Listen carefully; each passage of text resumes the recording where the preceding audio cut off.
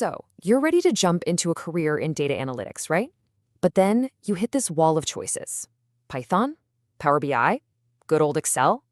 It feels like a massive decision because, honestly, it can shape your whole career. All right, let's just cut right through all that confusion. We're going to focus on the one thing that really matters when you're just starting out. Which of these tools is actually going to land you a job, and which one is going to set you up for success in the long run? Okay, let's dive in. I like to think of these three as the data analytics trinity. You've got Excel, Power BI, and Python. Now, each one is an absolute beast in its own right, but they play very, very different games. Here's a good way to think about it. Excel, that's kind of like the universal language. Pretty much everyone speaks it, and it's fantastic for quick, flexible analysis. Then you have Power BI. That's your specialist, the storyteller. It takes all that messy data and turns it into these gorgeous interactive dashboards that executives love. And Python, well, Python is the heavy machinery. It's what you bring in for the really big jobs: automation, serious data science, and crunching enormous amounts of data. Okay, so a huge piece of this puzzle is time, right? How long is it actually going to take to get good enough at this stuff to get hired? Let's break down the learning curve for each one. All right, first up, Excel. Look, this one has the easiest learning curve, no question. You can get the hang of the basics in just a couple of weeks, but to be truly job ready, you'll want to spend maybe 1 to 3 months really mastering the secret weapons. Things like Power Query, which is just magical for cleaning up messy data, and pivot tables, which lets you summarize millions of rows of data with just a few clicks. Seriously, it's the fastest way to go from zero to hireable. Next, let's talk about Power BI. This one's a little more of a commitment, probably around 2 to 3 months. And the key here isn't just clicking around the interface. No, the real challenge and the real power comes from mastering DAX. That's the formula language behind everything in Power BI. And you've got to build real projects. You have to get your hands dirty with different data sets. It's all about practical application. And then we have Python. Okay, let's be real, this is the long haul, but it is so worth it. You have to start with the basics of programming itself. Then you graduate to the essential data libraries. You'll hear about pandas a lot. Just think of it as Excel on steroids, but you control it all with code. And NumPy for all the heavy-duty math. Once you've got that down, the sky's the limit. You can get into machine learning with libraries like scikit-learn. It's a much deeper dive for sure, and it definitely takes the most commitment. So after all that learning, what's the payoff?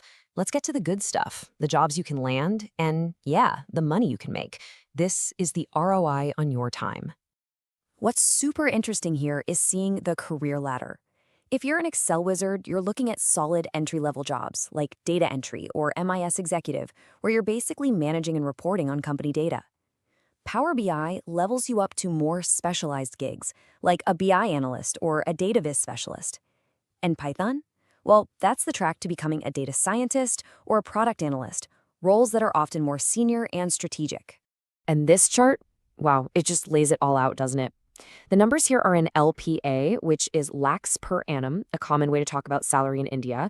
But forget the specific numbers for a second and just look at the trend, because this pattern is the same everywhere. Excel sets your foundation. You add Power BI to your skill set, you get a really nice jump in salary. But Python, yeah, Python skills clearly open up the highest paying opportunities. It just reflects how much deeper that skill set is. All right, so we know the jobs and the money, but what can these tools actually do day to day? Let's throw Excel and Power BI into the ring for a head-to-head comparison on some key tasks, and we'll see how Python is really playing a whole different sport. Okay, first up, dashboards. And look, there's no contest here. Power BI is the undisputed champion. It's built from the ground up to be interactive. You click on one part of a chart and boom, everything else on the page instantly filters to match. You can drill down into the details with a single click.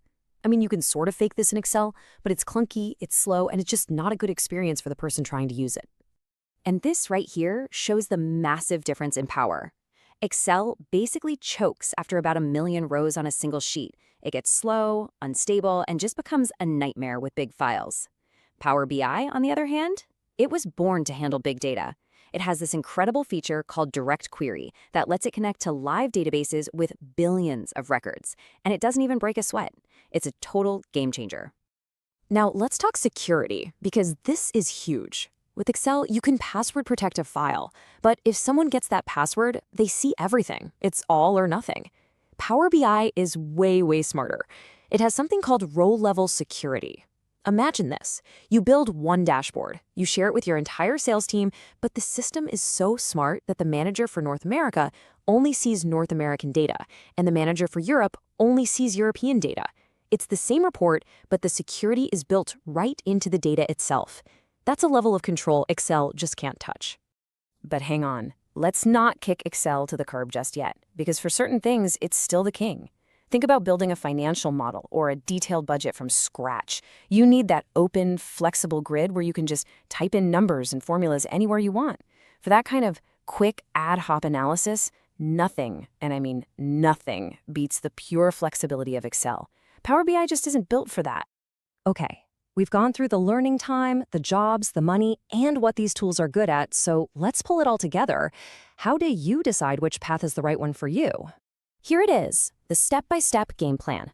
Step 1, you need a job like yesterday. Master Excel. It is the absolute fastest path to getting hired. Step 2, once you've got that Excel foundation, level up by adding Power BI. That combination is a powerhouse for any job focused on reporting and dashboards. And step 3, you're playing the long game. You want that top-tier salary and access to data science roles? Then your next mountain to climb is Python. So what's the real secret here? It's not about choosing Excel or Power BI or Python. The ultimate strategy is to stack your skills. Think of it like this. You use Excel to get your foot in the door, land that first job. Then, while you're working, you start learning Power BI and then Python. They're not fighting each other. They work together to make you an unstoppable data professional.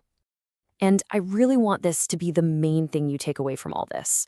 At the end of the day, it doesn't matter if you're using Excel, Power BI, or Python. The tool is just, well, it's just a tool. The real skill, the one that will make you valuable throughout your entire career, is learning how to think like an analyst. It's about looking at a sea of numbers and finding the story.